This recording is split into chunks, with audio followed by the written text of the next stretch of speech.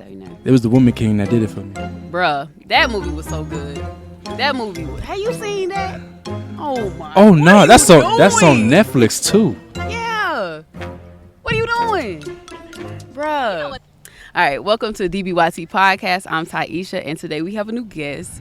This is Christian Davis. He is breaking into the entertainment industry, and today we're going to be talking about fatherhood and the entertainment industry. Mm-hmm. So, how you doing today? I'm good. How about yourself? I'm great. That's good. So, the first thing is first. Mm-hmm. How did you get into the industry? Oh, that's easy. My wife, she put me on. Like, when I first started in the industry, I didn't trust nothing. Like, I literally wasted my money trying to get into industry because it was like, how these fake scam agencies be like, pay me, and then we'll put you on. I paid them, and then they like scam me. Yeah, so my wife actually did the research and put me on. She gave me my first my background role, and that's how I got started. I was on Empire. You was on Empire? Yeah, background in Empire. That was pretty dope. That's fine. Yeah. That's fine. What else you been on? Well, that was Empire was in Chicago, so Okay. I started in Chicago. I've been on Empire, Chicago PD, Chicago Med. Most like the basic, film stuff is out there. That's pretty much it in Chicago. But in Atlanta, almost any TV show you can think of, there's always work in Atlanta. I feel that. Yeah, I love it. So, did you get into the industry before or after you had your family? Like, after. I think it actually pushed me more to get, because these jobs just wasn't doing it for me no more. what were you doing before then? Warehouse working. Okay. Working in warehousing. And before I started doing acting, I was actually a comedian. I did stand-up in 2014. Okay. And making skits online. And people were like, you should really try acting. And that's how my wife did the research for me and put me on Empire. So, if roles were reversed, because you said your family came after. Yep. Said, yeah. If roles were reversed, how do you think that would have looked? I'll probably be still trying to chase a basketball dream, not gonna lie to you. Okay, so you played Yeah, sports. I played basketball. That was one of my biggest things. I was trying to play overseas. I was in the gym every single day. I'm talking about from sun up to sundown, throwing up, from running all day. I was trying to make it to the league. Yeah. I ain't gonna lie to you. Yeah. Why did you stop that dream? What paused that? I want to say the new generation, not gonna lie. Man, if you see these new kids jumping out the gym the way they jumping now, I want to say it's discouraging, but it's like, I got a long way to go. Yeah. And I'm already about to push 30 in like a couple of years. They not looking for legs like mine. They looking for cricket legs, and I don't have cricket legs. They made different. Yeah, they is made different completely. Them COVID kids. And they weren't even COVID at the time. I'm telling you. They made different. I know. Man. I know when my brother used to play football, and we used to go like the Lowndes County down in Valdosta. Mm-hmm. Them boys, them country fed boys. Man, football is different. You see them football kids now from when I was growing up, Yeah. they like grown men with no beards. I'm like, what is going on? Why these kids look like this? Yeah, I don't know what they got going down there, because it was like every single player was big and tall, and they whooped us. that's because the parents is like, as soon as they come out the womb, they training them. They Now, coming how out do the you feel womb. about To me, honestly, because my daughter's 6 years old, going on 7. She loves playing basketball. that? Okay. My thing is, I want you to have that choice. I want you to choose what you want to do and what you love. I don't want to just like, when you come out the womb, all right, this is what you finna play. Make a decision. And that's what she did. She seen me play basketball. She fell in love with it. Okay, so now we finna go further with it. Okay. Yeah. So, how has fatherhood changed you as a person? Maturity. Yeah. That's the biggest thing. Maturity. I think fatherhood and being a husband changed me. In what ways? Like, give me your top 3 things that you noticed pre-marriage to post. The number one thing is not putting myself first, Mm-hmm. because it's not just me no more. Now, before I had kids, I had my girlfriend, of course. We got married after our twins. Yeah. So I had my girlfriend. So now I have to put us first. My future is no longer just my future. So that's what I'm saying. Like, when I thought about basketball, I had to give it up. I mean, I still play it, but I had to give it up in the aspect of trying to make it to a higher level on it. That makes sense. And change my career path. So I would say maturity. My outlook on life changed. So I would say my mentality, Yeah. I guess, changed. Because, having kids is crazy in this generation. Man, having kids in this generation is crazy. How so? It's people are, can I say weird? Yes. People are weird. Can I curse? Yeah. People are weird as hell. They're weird for like no reason. And you can see that more when you have kids. Because when you don't have kids, it's like, okay, you just being weird. When you have kids, it's like, all right, baby, back up. Get away from him. You know what I'm saying? You got to do that. I got 5 kids over there. Yeah. Five. 5 kids and 1 on the way. Okay. So me is like, that's what's up. I can't trust a lot of things. And yeah. if you weird, the energy is just get away from my kids. Off rip. Now I got to speak on it. So the other day I was with a young man and he was he has a son and he was telling me, he was like, he was defending men who don't take care of their kids. And I'm like, as a man, how do you... So what's the logic on that? That's a head scratcher. I was trying to figure out the same thing. So he was saying like he's pursuing music and he wants to go on the road and everything. I already know what you're finna say. And I already know what you're finna say. So he's basically saying, because I've been around people like that. Yeah. So I get it in that aspect of he's trying to provide. If he's trying to provide, trying to make money to give to the kids, but at the same time, it's the kids, because when they grow up, they don't even care about your damn money. Exactly. You can keep that shit.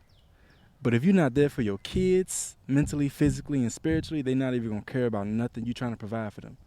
If you ain't do it then, they don't want you to do it now. Yeah, I agree with that. And I was asking him, because he's not married, but he was telling me, like, oh, the next woman that I get pregnant is going to be my last. So I'm like, oh, so you're trying to get married? He was like, yeah, I'll get married. And then I was like, oh, so you're taking your wife and your kids on the road with you? He was like, no, why would I do that? And then I was like, what do you mean, why would you do that? So his whole thing was he wants the rock star lifestyle. And I was like, so why would you put that woman in that predicament to have to take care of that kid like that? I don't want to speak on any woman's behalf, but I don't think no woman would want to have a traveling husband all the time, every time. With the fact that he already said he wants to live wildly. Yeah, I mean, well, okay, yeah. Like, you know what I'm saying? And I was just like, what do you mean? And then he was like, oh, well, women just don't understand it's a lot of pressure for a man to be there for their kids. And I'm like, I mean, it's not. How are you saying that? Again, that comes with, I don't want to say you're not mature, but that comes with maturity, because it's a lot of responsibility to take care of something that you created yourself. Exactly. It's a decision that both of y'all made, and it's a decision you got to live with. Yeah, especially if you're going to be involved, because I just feel like people, I have grown up in a situation where my dad wasn't there always, you know? So it was more so like an emotional point for me, because I'm like, how are you saying that? Like, how do you sit here and be like, oh, it's okay if people don't take care of their kids and mean it? No. That's weird. And I'm going to say it's a lot of people that's growing up like that too. It sucks, but it's set up like, and I've been raised in a, I don't want to say broken home, but my mom and dad wasn't together, but my father was still there. Yeah. I mean, if you co-parent, you ain't got to say you don't want to be there completely. But if you, I don't know, that ain't my situation. No, that's right. My situation is golden. I'm going to try to keep it golden. So that's what's up. No, because it's like, it's refreshing to hear a man actually say that. Yeah. Because that tripped me out just the other day. It literally happened like Friday. And I was like, whoa, like, that's 2 days. that's not even full 3. It's very fresh. That's what I was like. It's not even the weekend. Like, we're starting this day off that. Okay. But I want you to describe a moment when you realized like the impact of your fatherhood, like that it had on your life and not like on your kids, the way that you treat them and raise them. Okay, well, yeah, that's an easy one. Now I want to say, not now, from when my kids could talk. It impacted me a lot because they can talk now. They can actually express themselves. They can express how I'm being a good father to them. And they can, you know how when you was younger, I don't know if you did it, but I kind of did it too. You create things for your parents just to create it because you love them. Yeah. My kids still do that today. They'll see a big poster, be like, I want to make this big poster. Love you, mommy. Aww. You're the best dad ever. Here. That's what's up. I got one kid loves making projects. She'll make a whole project for us and be like, here, and then run off. I'm like, that's like, love. Here's my gratitude. That's how I know, like, I'm doing a good job, and they love me.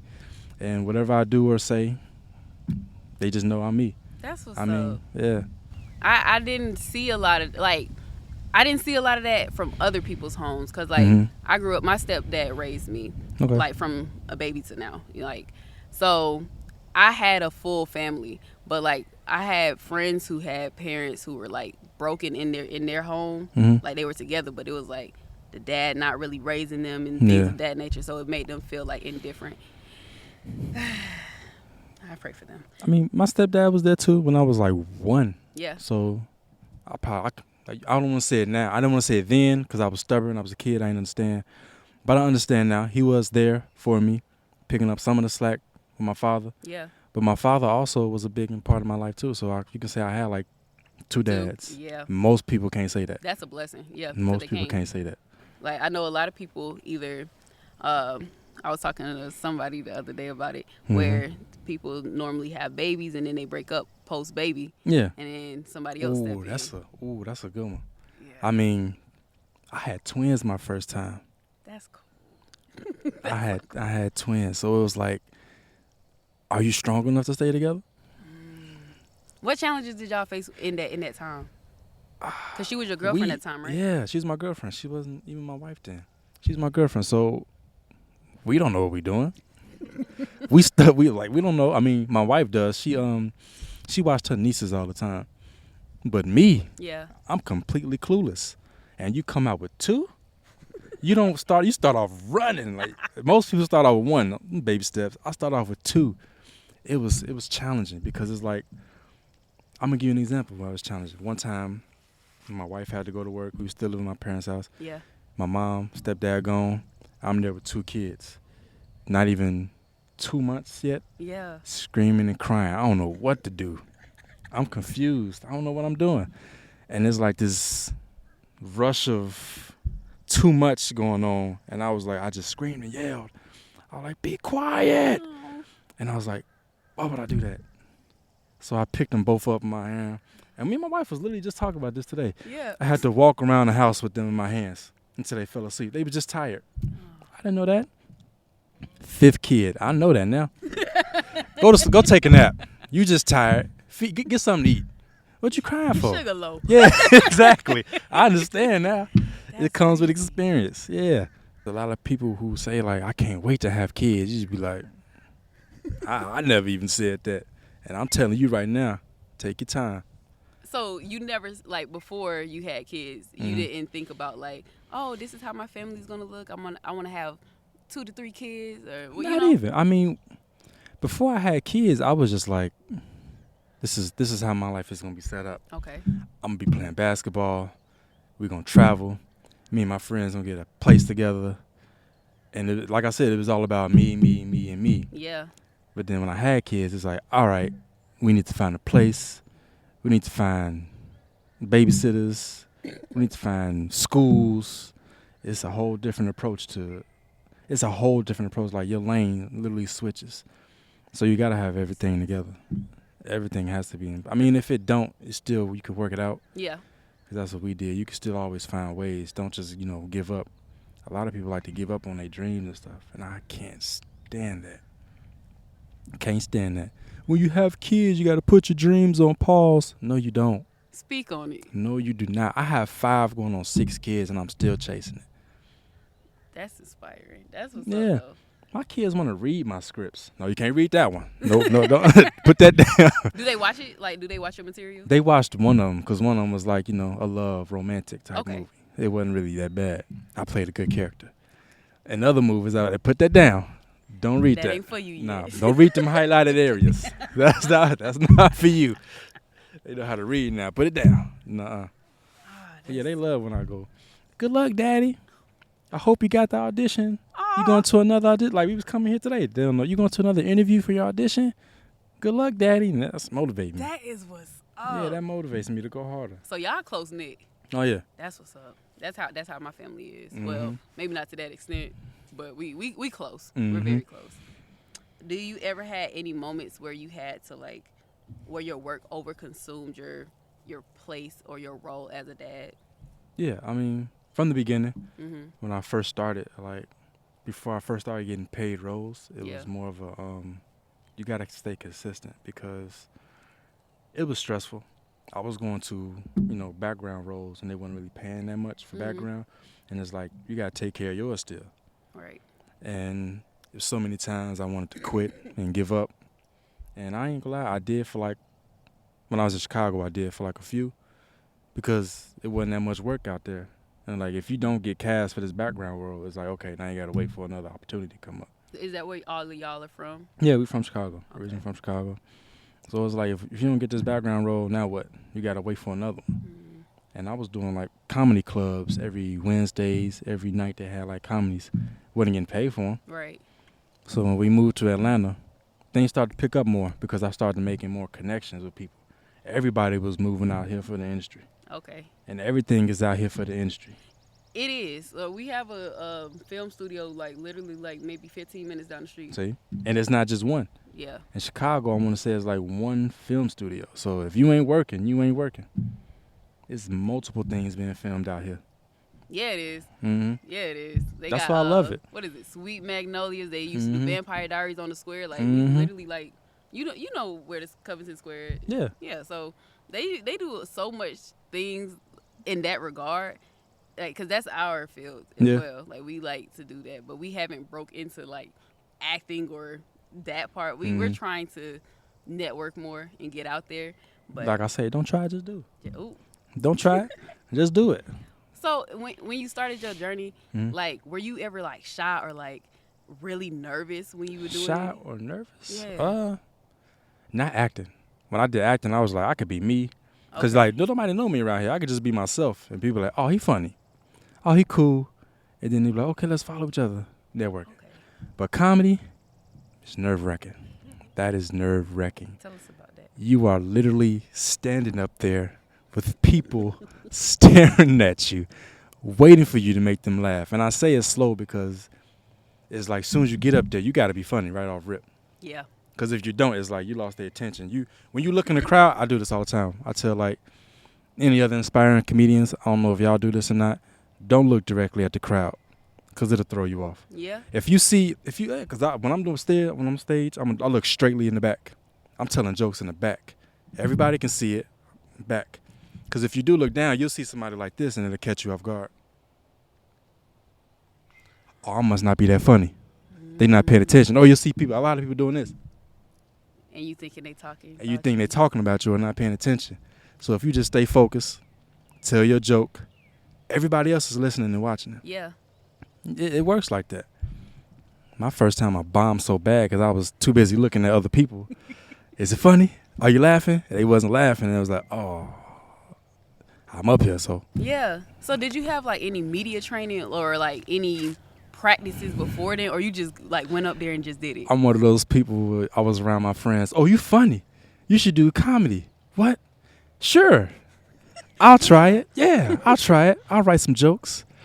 But no, it's something I had to fall to get back up and learn because my jokes is off, and I understand that it is. I'm glad I recorded it because I can go back now like, what was I talking about? Yeah.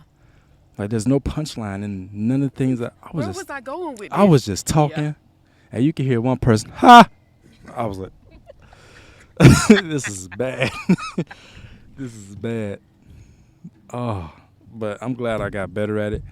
And I was doing, was it this year? I did Kenan Thompson. I did his special, and it was like a competition thing. Yeah. So I did good with that. And I've literally been like on and off with it, but acting is more of my main focus right now. Would you say that's your passion? Yeah. That's what's up. I would say it's my passion. Welcome back to DBYT Podcast. Wakanda forever. We had to take a little break, but we back. I want to get into how do you stay present in your children's lives despite the responsibilities that you have as an entertainer? How do you make sure that they're loved and cared for? So, Excuse me. my main focus is not to overlap their schedule with my schedule, because like I said, my kids love to do like sports, drawing, gymnastics. It's more of I have to work around their schedule. Okay. This fall is gonna be the challenge because I know I'm gonna have to put them in basketball and all the stuff they like to do. So being present as dad is like when I'm there 100%. Like I'm giving them all my attention, all my love. I play with them. I make sure that they know that just because I'll go out and act, I'm not just like I'm coming home super tired. Yeah. And I get that from Kobe. I guess it's like a Kobe mentality. Okay. Because like when he was on the road playing basketball, and he said he comes home, he be like, the kids don't know or they don't understand how tired you are. Yeah. They don't understand that. They just want you to be present. They want you to be there, and it's crucial, especially at this age. Yeah. Because they'll remember it. They'll definitely remember if you was there, you were not there, how much you paid attention to them. I have a lot to balance with kids. It's like it's 5 of them. Right. I gotta chase one on the way, y'all. Yeah, it was one on the way. I gotta chase. If I'm chasing one, they all gotta get chased. Yeah. And that's how I am. I don't show no favoritism. I love them all equally, and I'll never choose my job over my kids, regardless. Okay, so your journey in fatherhood, what lessons or values do you take from that and put into your professional work? Stay focused, stay consistent. Okay. Not quitting. That's the biggest one, because I want my kids to see that too. Whatever I do, I want to go 100% through with it, follow through. Even if it's a situation where it's like it's a bad situation, it comes with it. I want them to understand that you can't give up. Yeah. Even if it's one of those, I go to a casting call and I'm on set, I want to say for hours and hours, they not organized, they not this, that, and the other. I made a commitment. Yeah. So I'm here already. I can't leave, because if I leave now, that's a waste of my time that I could have had with y'all. That's a good way to think about that. If I leave now it's like I could have been spending time with my wife and kids. Yeah. So what's the point of leaving? You here now? Yeah, don't waste the time that you already My done. wife reminds me that all the time too. I love it though, because she be like, you there, so do it. Make the best of it. Yeah. That's what's up. Yeah. So would you say that those things that you just listed are values that you want to instill in your kids? Absolutely. Don't quit. I tell them all the time, like when they like okay, my daughter, she wants to be comfortable in the seat. I'm like, okay, baby, well, you have 3 options. Problem solve it. Don't give up. Like, because if you give up, now you're just going to be uncomfortable and you're going to whine even more. Problem solve. Like, yeah, problem solve. Figure it out. Yeah. Get out that uncomfort zone and figure out a way to get you comfort. Yeah. It's hard. It's not going to be easy. Have any of your kids expressed, like, that they want to pursue acting? I'm trying to think, because not really, but if I ever get a chance to put them in that position, I would, because their personalities is crazy. It's not crazy like bad way, but just like outgoing, ongoing, loving. So those are good qualities to have, especially the personality mixed with the skill sets that y'all are setting them up to have. Mm-hmm. You know, like just knowing how to be a good person and the sports aspect, the creativity aspect. I feel like, because life is a movie, you know what I mean? So with you learning how to do all these things and you cultivating those skills and y'all are giving them the way, like the path to do that, the means to do that, it sets them up for, if you want to do one or you want to do both, you can. You have that option. So I feel like that's pretty cool. My kids tell me, I'm going to be a doctor, I'm going to be a basketball player. You can do whatever you want to do. If you want to be all those things, do it. I'm pretty sure they make a role for that. Yeah, for real. If you want to be that, do it. I'm not going to tell you no, wait, there's too many people that want to do that, go somewhere else. No, do it. Because, you know, the common misconception is, oh, that field is oversaturated. Yeah, but it's not. Literally, I was thinking about field is. It's not. No it's field literally, is. I was driving home, yesterday, and I seen 3 lawn care services. My neighborhood ain't that big. Perfect example. This is the perfect example. What store do you shop in? That's just Walmart. Walmart. Yeah. You go to Walmart. You look for a piece of bread. How many other brands of bread do you see? Exactly. How many other brands of water do you see? Jelly. Everything is a different brand. But you know the crazy the thing about it is it's the uniqueness that comes with that brand. Yeah. Because Sara Lee, it's soft. We love it. Right. We love that bread because we know what comes with that. So it's like, just because Sara Lee's there don't mean maybe somebody want the sourdough bread or they want a different type. They want a multigrain. Like, you just make it yours. You know what I'm saying? And you put it out there and make it your own. And that's it. The field is never oversaturated. It's not, and don't even think like that. They try to get in your head and make you think like, oh, you can't do this because other people are doing it. See, that'll cloud your judgment. If I go to a casting call, Yeah. not even a casting call, let's say an audition. Okay. I go to an audition and I'm like, I see all these people. What role you going for? Oh, I'm going for the role of Zach. Damn, that's what I'm going for. What role you going for? Zach. Damn. And he got braids too. What role you going for? Zach. Damn, he got tattoos on his arm like me. You can't think like that. Yeah. You can't. When I go into an audition, I'll go in as, I just read this online or heard somebody say it. You go to it as, you already got the job. And everybody's going into that like that. Right. Everybody's coming in like I got the job already. So it's sort of a competition thing, but at the same time, you're a good sport. So you got the role. I'm happy for you, bro. Exactly. Good. Exactly. That comes back tenfold for you. Because maybe that wasn't for you. Speak on it. Because every open door is not the door that you're supposed to go through. Yeah. It's like, sometimes you got to peek your head in and be like, oh, yeah, that's not for me. Nope. Yeah, exactly. Go ahead, lock that up. Mm-hmm. I think that's really important for people to hear and understand, because I think a lot of people stop and, like you say, they give up on their dreams because it's like they're listening to all these outside influences that mean literally nothing. Mm-hmm. Because at the end of the day, when y'all go home, they already done said what they had to say. Exactly. Don't take that home with you and internalize it. Like, you got to have something up here that's telling you, like, I got it. You know what I'm saying? I want to say the older generation, because when I was coming up, I had a lot of people tell me, like, have a plan B. Yeah. When I wanted to do basketball, have a plan B. It's a lot of people in this world that want to be in the NBA. Have a plan B.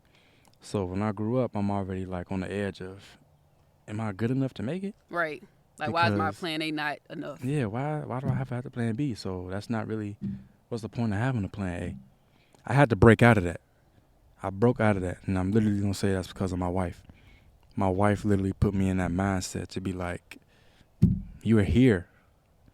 Like, do it. Do what you love. There is no plan B. Yeah. Do this. I ain't going to say fire. I done walked off for so many jobs. Yeah. Because it's like, my wife was like, she'll come home like, you quit again? I swear to God, it would be like, it was one of those moments where she would get frustrated with me. And now, I don't understand why. I mean, I do. I felt miserable at those jobs, so I just kept leaving.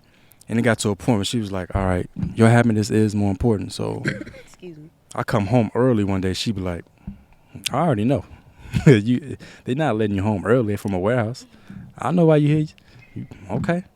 Can you speak on the importance of having a great woman by your side? Oh, my goodness. Please. It is extremely important to have a great woman on your side. And I can't stand when people in the generation say that there aren't any left or any good men left, because there are. It takes two. You can sit there and be stubborn on your side, and you can be stubborn on this side. Okay. Y'all can be stubborn, but when y'all come together, I promise you, if y'all have the same goal and aspirations as me and my wife do, anything is possible. It's going to work out. Man, we done seen God work so many times in our favor. It's hard to doubt him. It's hard to doubt him. I'm not going to lie. This is such a refreshing take. No, because you don't understand. Like, first of all, like, I'm in the era of my life where I'm dating. Mm-hmm. And I get so irritated and frustrated because, like, once you go out with these people and they speak on their beliefs and, like, how closed-minded they are, they don't even try to hear you. And I clock out. But see, the thing is, I don't even want to say they're closed-minded. They're trying to have an open mind to a different route and trying to lead a generation. It shouldn't go that way. Yeah. So this is the open mind situation they're trying to have. Okay, say we're on a date, right? We're dating. Look, check this out. We can be cool, we can date, but I'm going to do me. I'm going to do me. And when we come home, that's what it is. But look, there's nothing wrong with that. I'm not saying it is, y'all. The women could be cool with that on y'all end, the men could be cool with that on y'all end. But I'm just saying, that's not for me. I wouldn't do it that way personally because it's like, feelings. We're humans. Yeah, we have feel emotions. Something's like going. Yeah. Something is going to come up emotionally. I cannot see that it's not.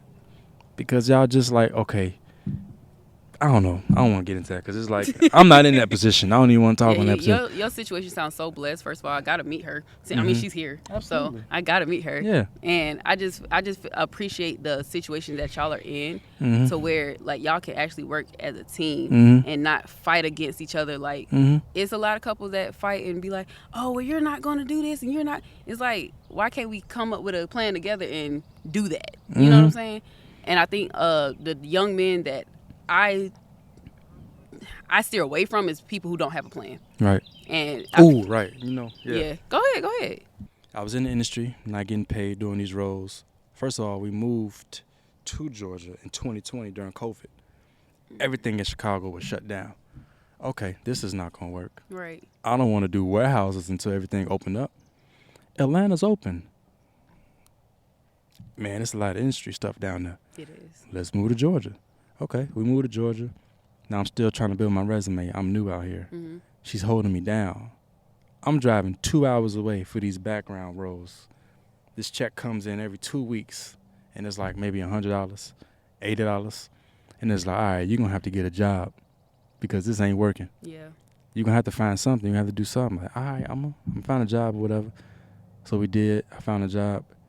Moved closer to Atlanta. Now I'm starting to pick up more. I'm getting more auditions for independent films. Now they're paying. Yeah. Now they flying you out to do these movies. And now she's just sitting back like, I told you. I told you. Woman's intuition? Yeah. They be knowing. Because I be like, I don't want to go to work. I want to do what I want to do now. I'm a big-ass kid. I want to do what I want to do. I want to be an actor. Okay? But you still got to take care of your family, right? Yeah. You're right. So I got my CDLs. I wasn't working for like a month. She held it down. I'm getting my CDLs. I'm on the road. Now I'm getting more money in. I can do the things I want to do now. I can go to these filming things I want to do. Yeah. And all it is a good ear. She is that, you need to do this first, and I'm telling you it'll work out. But do this first. All right. I did it, and it's working out. Just listen. Y'all hear that, ladies and gentlemen? Just listen. That's all. It's not that hard. It's a little hard, but listen to your woman. It's not it's not impossible. It's not. I mean, a lot of men is just, she got to listen to me. You know what I'm saying? She got to do what I do. It's not going to work like that. You can. Not 100% of the time. No. It's cool for you as a man. I feel like it's cool for a man to lead. But absolutely. In order to do that, you got to have somebody to play off of. You have a goal. Yeah. You have a finish line. Okay. She's here to help you get there. She's here to help you. Well, don't do that. Go this way. Okay. I could have landed in spikes. Without her, I would have landed in spikes. Like literally, like I feel like women are there to help cultivate the goal. And vice versa, because I mean, sometimes maybe somebody might not have as big of an aspiration, but you can help them, you know? And I feel like those are really important in the relationships that you create, because it's like, bro, if I can't trust you to help me or to uplift me or to guide me and we can interchange those roles, it's not going to work. Because I'm not always going to be at 100% capacity or whatever. Sometimes I might have a 10% day, you know? And I feel like it's important that, especially women, because I know everybody talk about it, 50-50. Relationships are whatever it needs to be, because they're fluid, you know? Yep, I said the same thing. Shout out to my wife too, man. I held her down when she was going to school. Yeah. She was going to school and she graduated twice. That's what's up. Yeah, being a medical assistant. And she held me down. So if we hold each other down, you can get somewhere. That's all it takes is a team. Now I understand you want to do everything, by yourself. You know what I'm saying? Independence. But a team is... America, I feel like America makes you want to do that. Be self-established, and people don't realize that everything plays off of each other. And that's how you harmonize and balance everything in your life, when you can be like, oh, well, I'm not actually doing this by myself, because what that opinion just did for me was inspire me to do something else. You know what I'm saying? Exactly.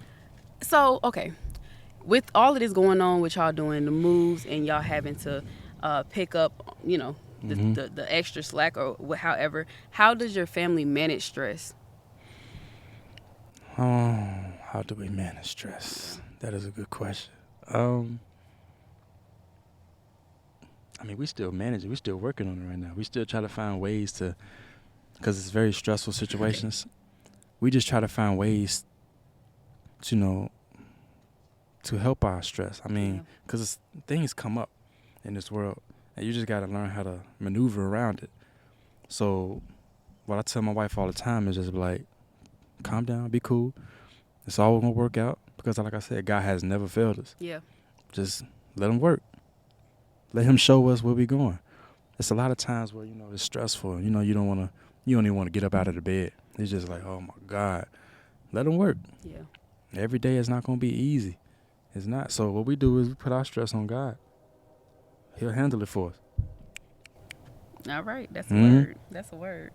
Do y'all have any special family traditions or routines to help keep y'all grounded in the busyness of y'all day-to-day life?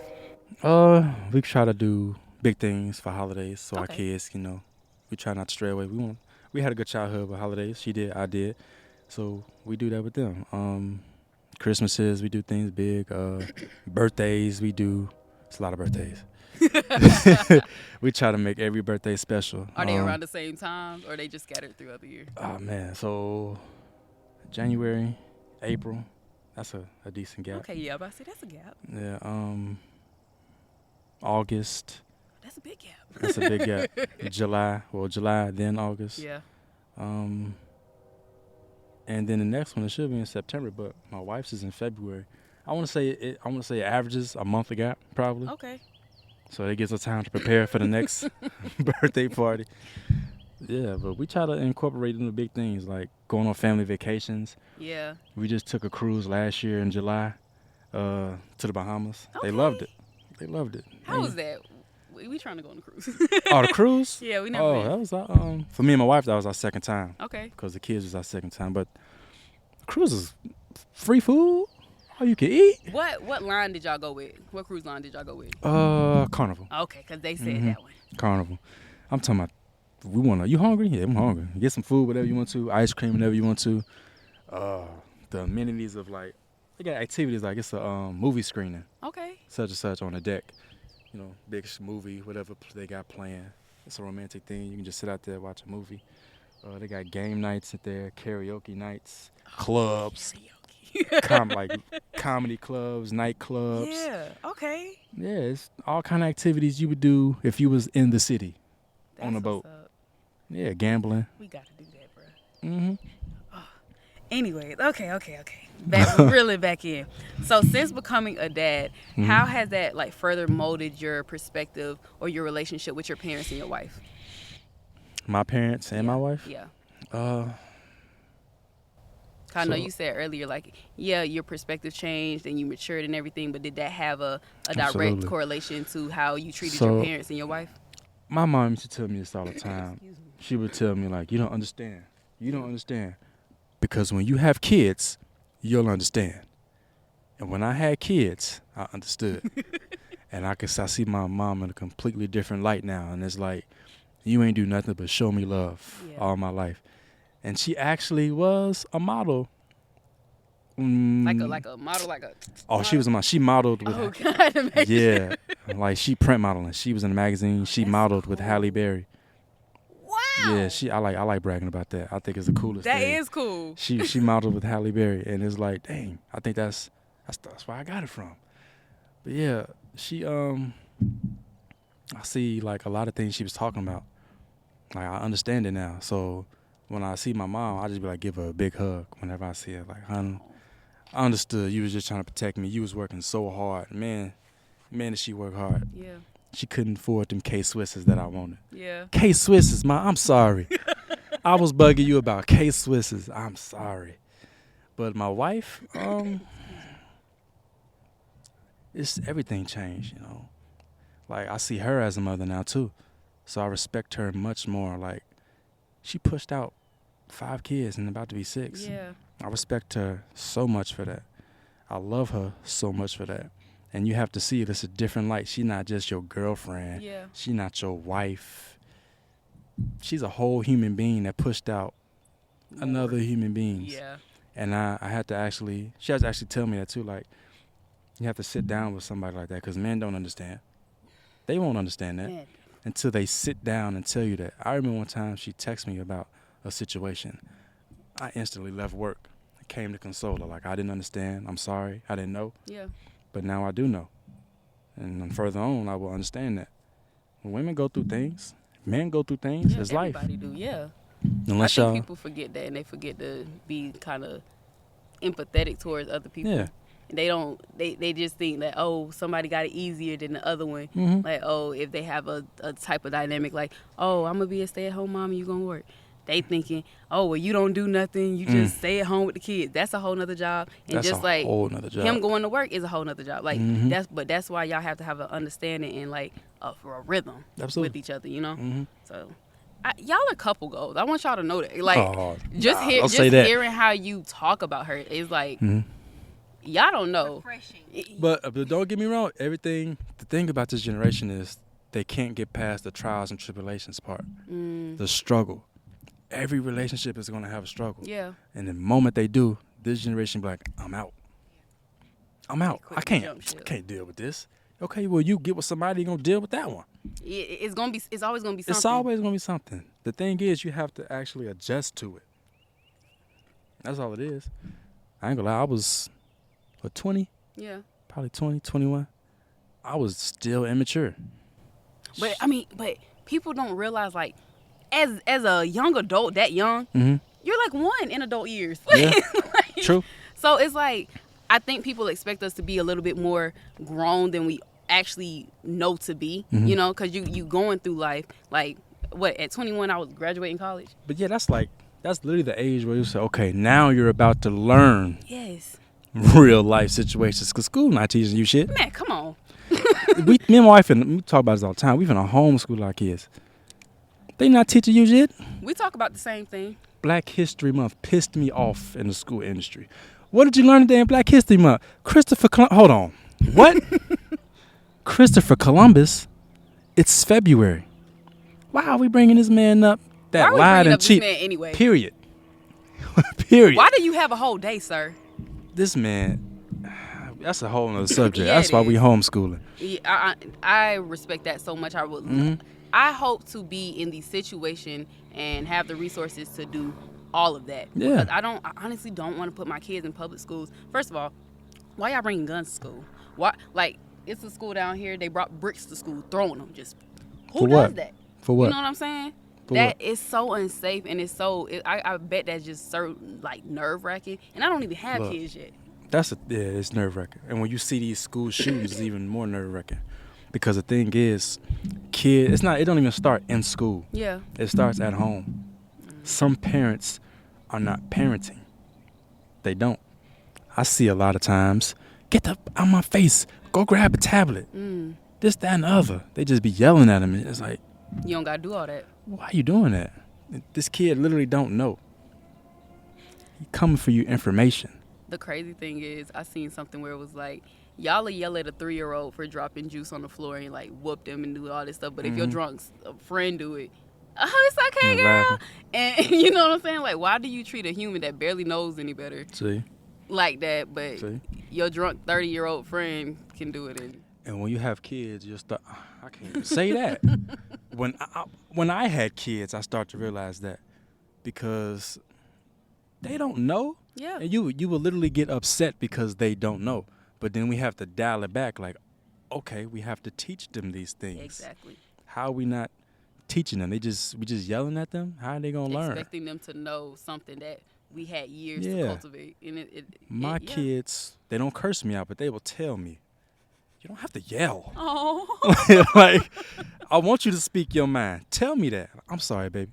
I mean, you don't have to be rude. Like, I'm sorry. These kids will speak their mind. But that's good that I y'all give want them you the to. space to feel Yeah. comfortable to do that. Tell Because, me. you know, in times that we grew up, it's, oh, you talking back. Yeah. Don't do this, don't do that. Mhm. But it's like, I feel like everybody's always a student. Mhm. Your kids, you listen to them kids, they'll teach you so much. A lot. And vice versa. You know what I'm saying? Mhm. But, So tell me this, like, a kid get whooped, right? And you be like, kid getting whooped. I would say you whooping your kids. yeah. Now, what did they gain out of that whooping? Okay, they spilled some juice. Bow. You just whooped them. You think they're going to want to walk around with juice again? You feel me? They just, you know what, I'm just going to keep it there. No. Now they got fear. Now they're going to grow up. Say they want to jump off this stone right here. Yeah. They're going to second guess themselves. I don't want to hurt myself. I'm going to get down. How would you ever learn if you don't fall first? No, it's the fact that some parents will be like, now if you jump off that and you hurt yourself, I'm going to hurt you. Yeah. And now you like, bro, and I was a victim to that. Now I just sit there like this. Boom. I told you. But what do we learn? Yeah. but what do we learn? You're not going to do that again. Exactly. See? That's all it is. I'm going to watch you be crazy. Okay, cool. Mm-hmm. So, okay. When everything is said and done, how do you want, like, for your legacy, for your kids, how do you want them to remember you? Like, my dad was da-da-da-da-da. They brag about me a lot. They tell me to in school. But I just want them to know that I was a great father. You know, I did my 100% best that I could and show you the ropes of this world. Yeah. Protect you. Show you things what not to do and to do. And, you know what I'm saying, I'm a great father. That's all I've ever tried to be. Great husband, too, to their mother. Right. Good man. I just want them to understand what a good man is. Setting the example. Yeah. I feel like that's so important. I feel like even when I watch these little 20 versus 1s on YouTube, I am just like, I don't even watch stuff like that. I hate stuff like that. It be all on my TikTok. So I just be like, hey. I'll be like, y'all just so. But the generation, they love watching that, and they get paid. But it's like, me, do your thing, bro. You getting paid to do that. Do your thing. You getting your money. All right. I'm not knocking it. But it's the way that they act and treat each other. Yeah, it's ridiculous. It's like you literally going on here, they popping balloons because they don't think you worthy enough. Excuse me? Pop. He wearing glasses. He can't see. Like, okay. One girl came in, she said, I'm 24. Shit. He put the balloon on the floor and jumped on the balloon, and everybody just started, like, that's embarrassing. Yeah, they being extra. And the thing is, they like that. They get views. They'll cop that whole clip out and then post it again. That's what they want to see. Just to get paid for it. But it's like, can't knock their hustle. At hustle. what point do you be like, well, this isn't worth my dignity? Yeah, this is how we portraying our men and women. I'm sorry, it's a big dog. Yeah. That's a whole nother conversation for a whole nother day. Mm-hmm. But in all, I just feel like at some point we gotta stand up. Cause it's getting to a point where it's like, bruh, we all gonna end up single and alone, and that's where the rope is going. That's what the tug of war rope is definitely going to that side. Cause everybody coming from relationship to single. Fuck it. Yeah. That's where it's going. All right. Creative influences. That's our next topic, guys. So, in what ways has your fatherhood influenced your creativity on projects that you chose to work on? My fatherhood? Yeah. My kids keep me young, man. So when they be silly, it allows me to continue to be silly. Yeah. And it was a movie I did with More Than Hearts, the director Brandon. Shout out to Brandon for casting me for that main role, my first comedy role. Okay. I loved it. It made me, when my kids keep my youth, it makes me like bring out the comedy in me. Yeah. Be myself. Be creative. Say things that it wasn't in the script. Product placement. You gotta take that out. You didn't hear that? Oh, cool. Product placement. They forced that one. Yeah, they did. Wait, okay. My kids keep me young, man. So my creativity is always flowing, and I love it. I don't never want to be the person that's like not being creative. Right. Because when I'm doing skits and stuff, I want to include them in it. I was just about to ask you. Yeah, I haven't some skits I have included into them, but I want to put them in more because I know they'll be hilarious. Right. We'll be one of them families. It's like you read my question. No. Because I was going to ask you, have you ever collaborated with your kids, or do you plan on doing that? But as we know. No, yeah, I plan on doing it, yeah. Okay. I definitely do. Is there any professionals that you studied or looked up to as a kid? And, like, what did you take away from their expertise? Biggest influencer I've ever took my It's 3 that I took. Studied Martin Lawrence. Okay.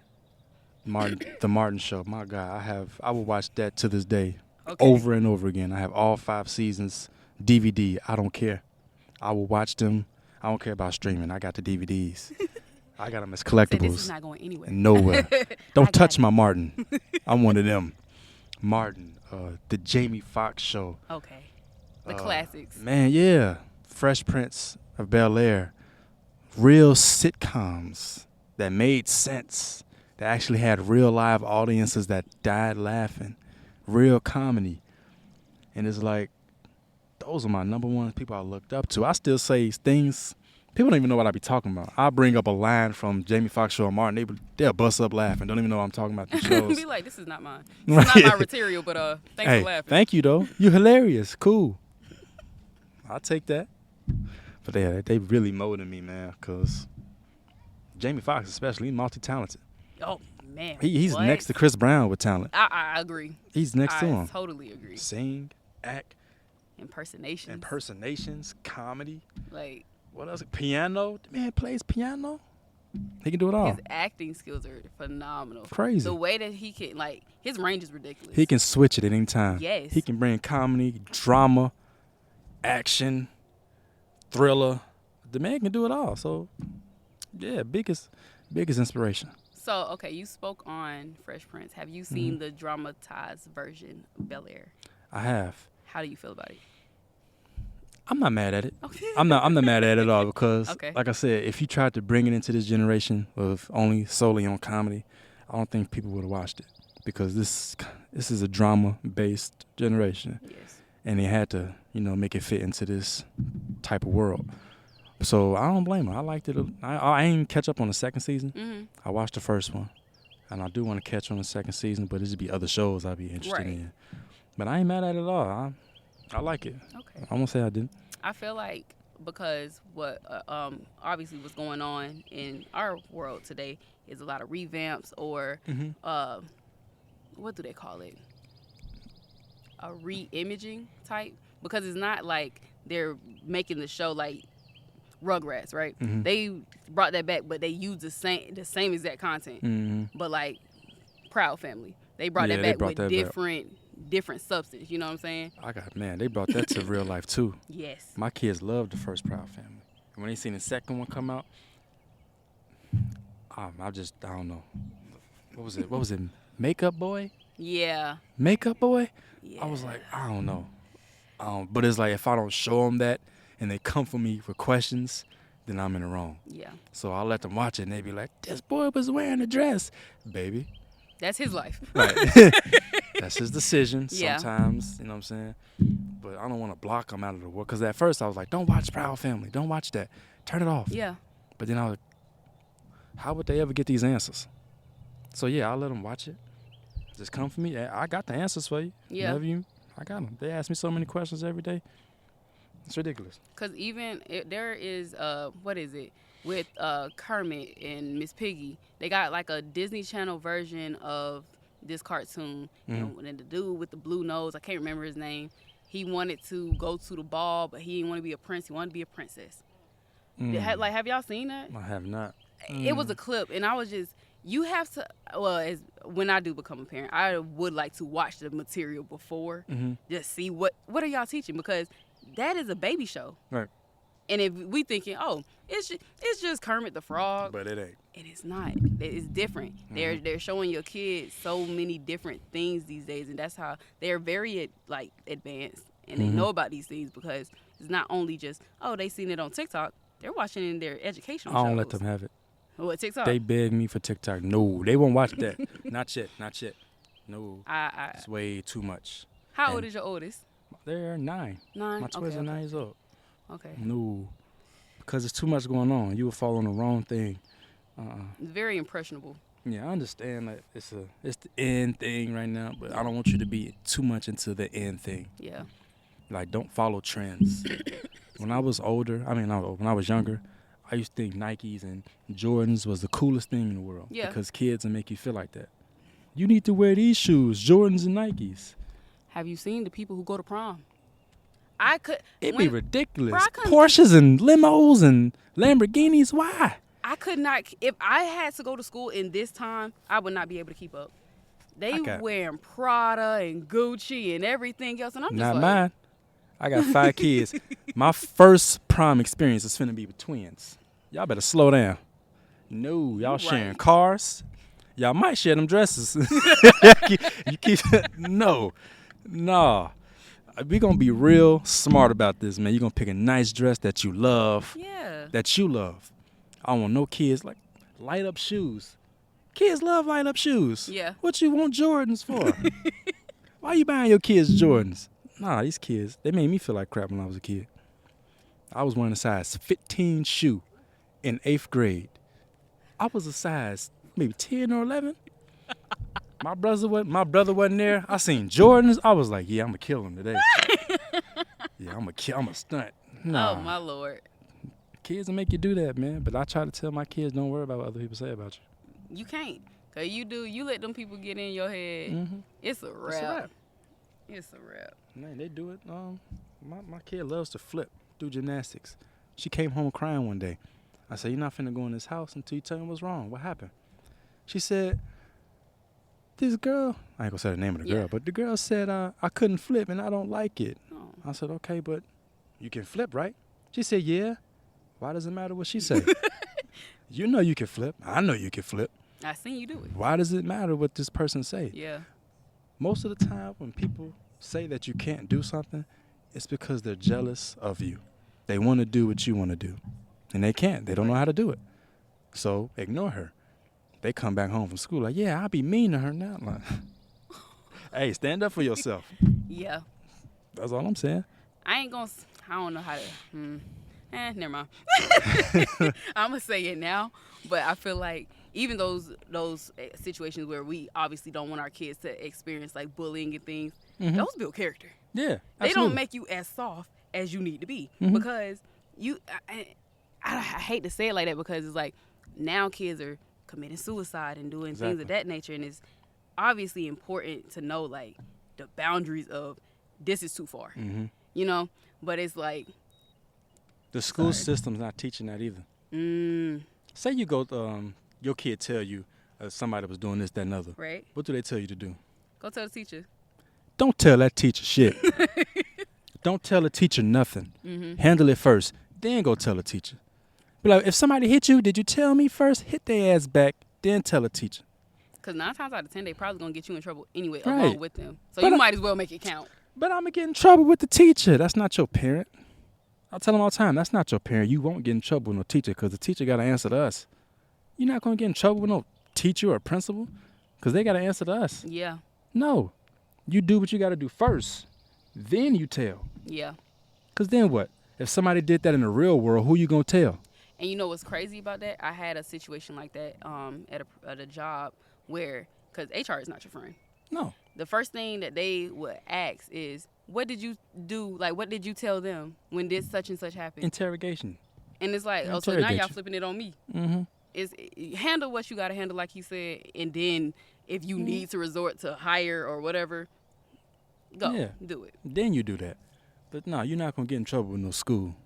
We are your parents. Right. You'll get in trouble here at home, not with them. You don't stand up for yourself, yes. Right. You will but then we'll get suspended. You'll be at home with us. We cool. I don't care about that. I feel that. Come on now. And that's why homeschool is going to be essential. Right.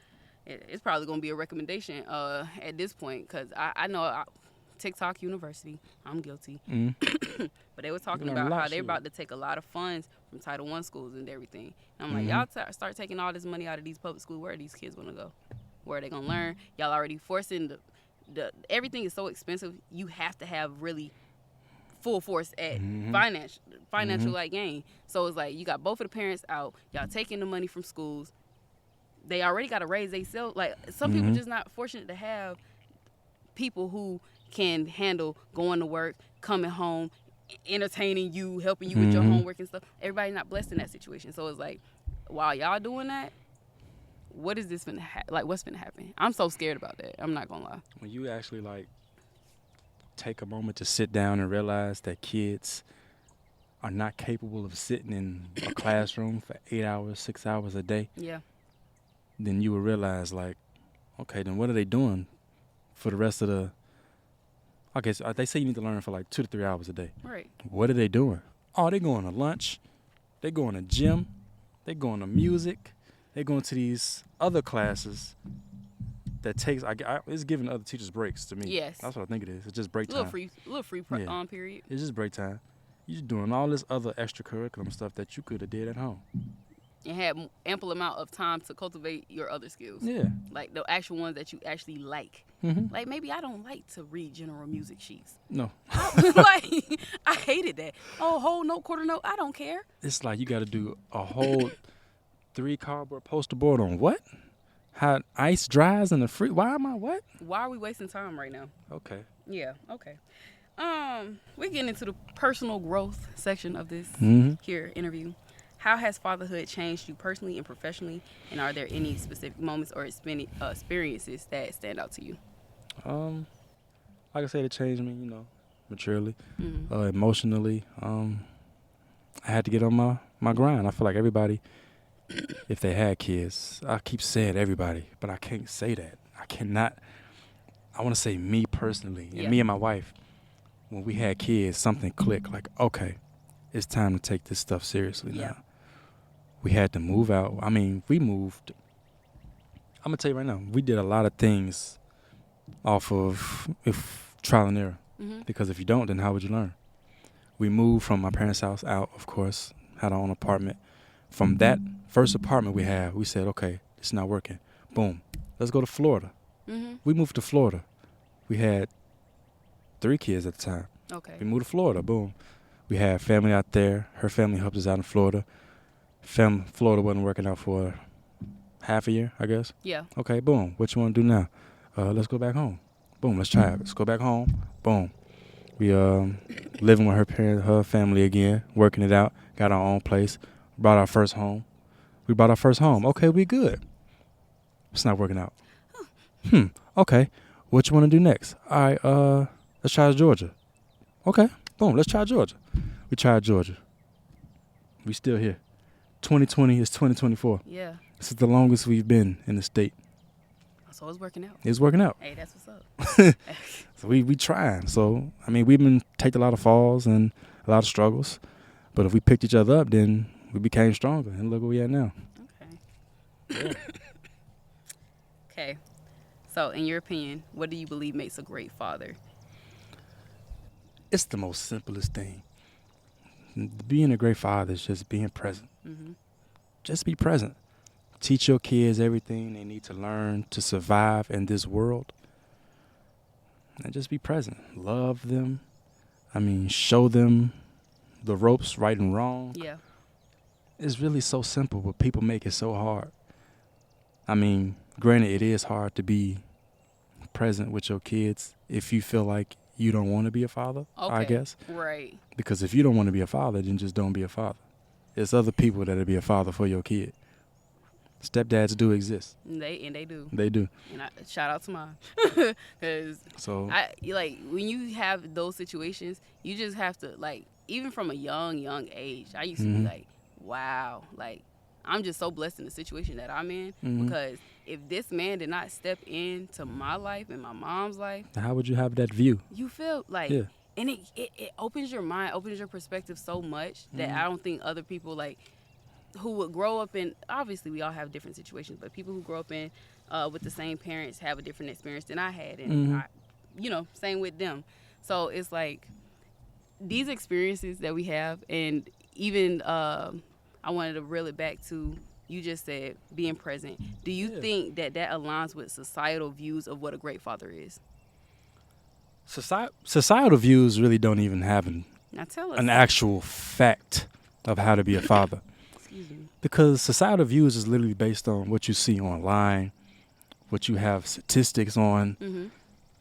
I really don't pay attention to that stuff. I pay attention to like facts.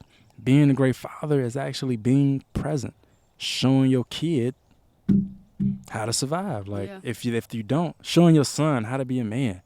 Do this, showing your daughters how to orchestrate around a man that's full of shit. You know what I mean? Yeah. It works both ways. I- Being present is the most important thing. You know what? I can't even say that because you can be there and not show your kid shit. Yeah. You have to be So active. Yeah, I was going to say Yeah. that. Present and active. It's so simple, but it's so hard for some people to do because the baby stage ain't no joke. You got to get through this baby stage, and they're learning Yeah. and you're learning Right. at the same time. The more that, like, I didn't know what I was doing with twins. They was teaching me as I was teaching them. Mm-hmm. But it's a learning thing. If you ain't ready to learn, then it's not gonna work. it's not gonna work for you. Okay. You can't just always be, this is how I'm supposed to do it. No. Because it's not gonna work. It's not. That's the same way, especially knowing that you have 5, almost 6 kids. Yeah. They have different personalities. I'm pretty sure. Extremely different personality. Even twins, of course. Right, because they're not the same person. So Yeah. it's like you can't treat all your kids like, obviously you can love them equally, like you say Mhm. you did or do. I'm sorry, but they gonna need different They're gonna need care different love. packages. Yeah. You know what I'm saying? And I do that all the time with my kids. Like, I talk to them like I know my 6-year-old. Yeah. She's not that much into affection, but she is. She just has a funny way of showing it. Got you. Okay. And you have to know how to work around that. You have to break that out of her Yeah. because she's not gonna come to you first with it. There's so many times where she'll walk up to you. She want a hug, but she'll just be like, girl, come give me a hug. Like, come here, girl. Because she want a hug, and she be like, hey, daddy. You got to make that first move. Okay. You And gotta break the ice. Yeah, make it comfortable for her. I relate. Yeah. I relate to that too much. So, okay. Chill out. I don't know where you at. I can hear you. Okay. Cool. But I think, like, in society, for fathers, their expectation is, take them to the park. And then everybody sees you actively doing that, and they're like, oh, you're such a great dad. Yeah. But they won't do that to the moms. They'll be like, you're not doing enough. What else can you be doing? I ain't gonna lie, they do put a lot of, and I know they do this when we go to the store separately. Like, if she go into the store with, like, all the kids at once, Yeah. I know they looking like, damn, how does she do it with all of them? Little do they know, I'm probably at work or something. Yeah. Or she's just probably doing a quick run. Like, if I go into the store with all my kids, he's probably his day to watch them or something like that. Right. No. I these have a my wife. kids. I have a Yeah. home. Yeah. Yeah. And it's amazing. I mean, it's amazing how many people, if I had $1, I'd be rich. For how many times a person would say, by the same person? You had 5 kids by the same woman? Because it's so unheard of now, because everybody is like, oh, yeah, it didn't work out, so I tried somebody else. Oh, it didn't work out, so I tried somebody else. Man, look, I told myself a long time ago, because I've seen a lot of situations like in the past. If I have a baby by one person, Yeah. that person is going to be my wife, first of all, and that's going to be probably the only person I have kids with. Okay. Because I just don't want that extra stress or drama. And it doesn't have to be stress or drama if you work together. But then again, in this generation, it's built different. And I don't have time for that I feel that. at all. In what areas are you actively pursuing to, like, improve in your fatherhood journey? Trying to listen more, because I'm they're at the age now where they have their own opinion. They have a lot to say. Yeah. Try to listen more. So not so much to tell them what they did wrong, tell them what they could have done better next time. And that's literally what I try to stay focused on, because it's like they'll get so upset from, like, doing something wrong in that situation. It's like, it's okay, because I do stuff wrong all the time. Right. Still to this day. What are you going to do next time? You're not going to make the same mistake next time. You learn from it. So you actively teach your kids about failure and disappointment versus, like, happiness and success and stuff. Yeah. Like, do they know, like, just because you failed doesn't mean you have to be unhappy? And, like, No. things of that nature. You know what I'm saying? Absolutely not. Just my daughter, she wants to be a gymnastics. She want to flip all day, flip every day, flip while talking. Look what I can do. No, she literally be like, watch me, daddy. Like, before I even start looking, I'm like, okay, that's good, baby. I mean, what do you want to do when you grow up? I want to be a gymnast. I want to be a gymnast. That's Okay, cool. let's do it. Let's try to work on making you a gymnast. Now, it's not going to be easy. Yeah. It's going to be a hard path, a hard road. It's going to be a lot of struggles. There's going to be times where you think you don't want to be a gymnast. Mm-hmm. But that is the best time for you to come up and say, I'm going to keep doing this because I want to be a gymnast. All right. That's the time to push harder. Yeah. Just like working out. You want this? Do it. I'm struggling. I can't get the bar up. Yeah, we need to add 5 more pounds. Mm-hmm. Because that's when the most change is happening. When you in that discomfort and you in Exactly. that feeling like, dang, I don't know if this for me. Mm-hmm. It's like, bro, you know this for you. Mm-hmm. You got it. I've been through that so many times. And I told my wife too. I ain't gonna lie. I had a stand-up role. Oh, I was tripping. I had a stand-up role. I was doing stand-in, not stand-up, stand-in for Miss Pat show. Yeah. Oh, I love that show. Yeah. Do you watch that? Miss Okay, Pat. cool. I was doing a stand-in for the Miss Pat show. Yeah. And then they emailed me like, yeah, we're going to go a different route with being a stand-in. I was like, shit. How did I lose that role? Right. So I got really upset. I punched a hole in my wall. No. And I called my wife like, yeah, I just punched a hole in the wall. I sent the picture, actually. She's like, okay. It wasn't meant for you, not meant for you. I'm like, why are you getting that upset? Yeah. You're right. But I already punched this hole in the wall. I should have called you first. Shit. But, I mean, I've been through a lot of castings for lead roles. Yeah. Taken from me. And then later finding out, like, wow, we should have gave you this lead role. You are meant for the role, for this up front. Hey, it's cool. Yeah. What's meant for me is meant for me. I'm not tripping off of it. It happens. It's the industry. I'm not going to get every role. Yeah. I understand. But she knows now. You know what's crazy that you just said that? It was because some people, when I watch their interviews and everything, they look back at their career and they're like, I wish I didn't do that role because that was actually very humiliating. That's not how I want to represent myself, and that's not how I want to come off to people, because some roles you will get and it'd be like, it's going to stick with you. I think the lady from Friday, was it Felicia? Oh, yeah. yeah. And she was talking, she was like, yeah, that follows me everywhere. It's so iconic, man. You know? Bye, like, Felicia. It's so iconic. She said she couldn't get no money. It's so iconic, man. She played that role to the T. I think people should have seen that. They'd be like, she's a really good actor. But they didn't, and it sucks. They did that to Janine on Tyler Perry House of Pain. They was like, they'd be like, are you a crackhead in real life? And she's like, no. like, y'all, come on, bro. They did that to, it sucks being typecast. They did that to Braxton from the Jamie Foxx show. Yeah. He said everybody kept seeing me as Braxton. And I was like, you played the shit but out you there. played Role, your role. though. Yeah. I think they did that to Carlton, too. Yep. Mr. Mosby. Like, they do it to you, but it's like a compliment, but it's like, dang, like, am I going to get other roles based off of this? I'm trying to get out of that. So I don't want to say I'm necessarily typecasted right now, but I do get casted for a lot of, like, handsome, charismatic, lover boy, husband type who's cheating on their wife type movies, and it's typecasting for me. Yeah. And I keep telling people I really want to do like a drama, maybe like force a tear coming out of something. You know what I mean? A drama role or we here. You know what I mean? A comedy role. I did a comedy movie, so that's good. I finally did that one. Yeah. So I'm trying to make a range for myself. I don't want people to see me as just we want a handsome, charismatic. Like, that's cool, but I did that. Yeah. I mean, I want. Or like Helen's wife. I mean, Helen's husband. When she put him in the tub, Ooh. Nobody likes him. People can't stand that man. And they will hate you in real life. Yeah. And it's like, now that part is insane. Yeah. Like, y'all got to separate the real from the fake, man. Literally, is their acting. They said action, and I was a whole different person.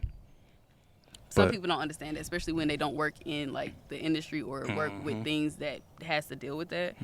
But we're getting to the end, guys. We want you to speak on your aspirations and any advice that you have for like people who are either entering fatherhood or breaking into the industry. Okay, so entering fatherhood. Not necessarily be prepared, because you can never be prepared. All kids are different. Just stay ready. Stay ready. Just so you ain't gotta get ready. Yeah, just stay ready so you ain't gotta get ready. if you're gonna be in your kid's life, just be present. Yeah. If you're not gonna be in your kid's life, make sure you make that note, because that could be detrimental to the kid if you just leave and then try to come back. This be or fly it up. Every time. It'll really affect a child if you leave from the beginning and try to come back further in their life, because they hold stuff like that. Kids don't know how to let go of grudges. They don't understand that. So if you're gonna be, if you're gonna be in the kid's life, be in the kid's life. If you're not, you're not. Then make that decision from the beginning of a pregnancy, not when they first come out. Because when they first come out, then it's kind of like a responsibility you have to hold up to. You can't wait till the last minute to show up. Be present, stay focused, stay active.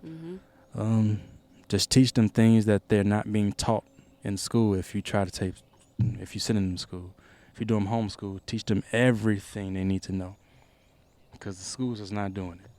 I learned that the hard way. They is not teaching our kids what they are supposed to be learning in this life. So yeah, Christopher Columbus. What's his name? Christopher Columbus. I say this man's name. It's not important in this world. It's not. But yeah. It's like to know the story and what actually, like, because they make it heroized. You know what I'm saying? Like, oh, Christopher Columbus, great. He discovered. No, he didn't. No, he didn't. How you discover something people was already there? But he did slaughter my people. You feel me? Like, they'll try to hide a lot of stuff behind our history. Yeah, because it depends on who's writing it. Teach them your history. Yes. That is the most important thing. I don't want to say things is race-based, but it is race-based in this industry, and you have to try to stay away. Not industry, fatherhood. You have to stay away from that. Yeah. I don't like to teach my kids about, like, the race too much, because I want them to see everybody equal. Yeah. But they have to understand, because if they don't understand early, they'll never understand when they get older. Because they're in a different, like, being black, you're in a different predicament off rip. Yeah. So I feel like it is important to educate. And, you know, even as they grow up, and you may change your mind and be like, okay, here's critical race theory. Here you go. Like, you know, get a crack at that. And it's like, now you have more to build on. But at least you starting them off with a foundation. Like, everybody should be treated this way, but they're not. And now we get into the, you know, the nitty gritty of it all. That's what we have to sit down and I'll be trying to tell them. But the industry. It's so simple, man, because I see it all the time on interviews. Just don't give up. Okay. The moment you give up is the moment you lose. Stay focused. And I love the fact that I've never given up. My wife has been a big part of my not giving up. She's been that voice in my ear. Because, man, I would have gave up so long ago. And she told me, no, this is what you want to do. And at the same time, no woman want to be with somebody who give up. I hope y'all hear that. I mean, if you give up, that means you a quitter in life general. So just keep going. If you want to do something, stay focused and do it. Yeah. Like, do it. Because how you do one thing is how you do everything. Truly believe that. I always have to let y'all know that. Because that, I mean, it's just, I live by that. Like, you got to keep showing up. You got to keep doing it. Even on your worst days, you have to keep going. Because if you quit now, it's like, so what if it get harder than this worst day? You know what I'm saying? Because it's going to get harder. Life is so unpredictable. You just got to keep it. Even if you got to, don't eat the whole elephant in a day. Exactly. Piece by piece, bite by bite, you gonna finish. You gonna get there. My biggest thing, stop talking about it. Ooh. Stop talking about it. And just act on it. I was one of those people, I'm going to do this. I'm going to do this. Like, I'm going to do this. Yeah. Watch, I'm going to do this. I'm going to be in the overseas playing the league. I was telling everybody, I'm going to play overseas in the league. Watch, you'll see. Look at me now. Just do it. Yeah. Stop talking about it. The more you talk about it, you're just wasting time. Yeah. Ladies and gentlemen, y'all heard it here first. Had Christian come out here, and he did a wonderful job. I want to thank you for coming out here. Thank you for having me. Thank you for having me. Ways to get here. Oh, no, I travel all the time. This is what I do for this industry stuff, man. I love it. Tell the people your social media where they can find you at. Okay. Make sure y'all follow him. So y'all can follow me on Instagram at don'tmiss_Chris. And I think that's on Facebook too. But it's not the underscore. Just don't miss Chris on Facebook. But yeah, I'm mostly on IG. That's where you can find me. Yeah, y'all already know y'all can find me, DBYT Productions or underscore Sanaa. And I'm Taisha. This was Christian. And we promise we won't bite our tongue. We'll see y'all next time. Bye.